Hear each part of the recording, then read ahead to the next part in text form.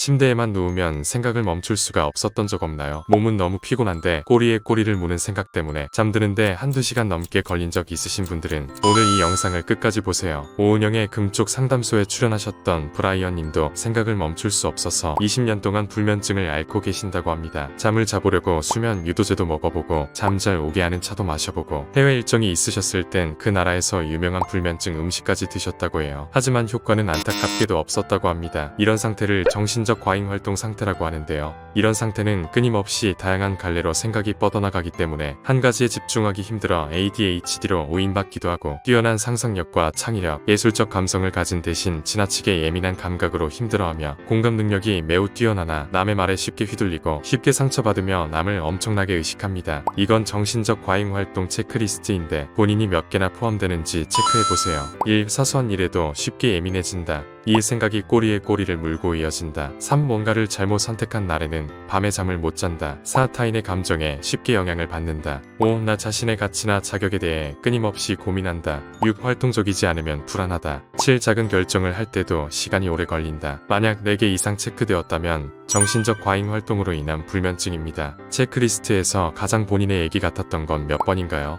브라이언님의 경우 3번 뭔가를 잘못 선택한 날에는 밤에 잠을 못 잔다라고 말하셨는데요. 이런 분들은 꼼꼼하고 완벽주의이며 강박적 특성을 가지고 있습니다. 모든 상황이 일어난 원인에 대해 이해하고 납득을 해야 하는 성향이고 내가 납득할 만큼 누가 설명해주지 않았거나 어떤 상황에서 내가 스스로 파악이 되지 않는 일을 겪으면 이렇게도 생각해보고 저렇게도 생각해보면서 끝나지 않는 고민들을 이어나가는 거죠. 결국 머릿속은 항상 과부하 상태가 됩니다. 정신적 과잉활동 상태 증상을 완화해주는 치료제도 있지만 그 약을 복용 후 평소와 다르게 몸이 둔감해진다면 그게 또 괴로울 수 있습니다. 내가 이래도 되나 이런 생각이 들기도 하고요. 원래는 자신이 모든 상황을 파악하려는 주파수가 켜져 있는 사람이었는데 스스로 편안한 상태가 되는 것이 본인을 더 괴롭게 만들 수 있다는 겁니다. 브라이언 역시 스스로도 약을 복용했던 경험담을 말했는데요. 몽롱해진 정신으로 침대로 가던 중 안 돼, 나 자면 안 되는데 라고 불현듯 머릿속에 미래에 대한 걱정들이 떠올랐다고 합니다. 그래서 약을 괜히 먹었나 딜레마에도 빠졌다고 하네요. 이때 오은영 박사님이 이렇게 말했습니다. 약은 어떤 분들에게는 도움이 되지만 아닌 분들도 있습니다. 침대에 누웠을 때 생각이 끊임없이 든다면 과연 이 문제가 오늘 해결할 수 있는지부터 생각해 봐야 합니다. 바로 이미지 트레이닝으로 말이죠. 문제들을 머릿속으로 이렇게 상상해보는 거죠. 1. 마음에 드는 보자기를 머릿속으로 펼친다. 아, 어떤 보자기 색을 쓰지? 아, 노란색으로 써야겠다. 이런 식으로 말이죠. 2. 보자기 안에 생각한 고민들을 넣는다. 3. 보자기를 묶는다. 만약 풀고 싶다면 스스로에게 그만이라고 스스로 말해줘야 합니다. 4. 묶은 보자기를 옆으로 제쳐놓는다. 밀어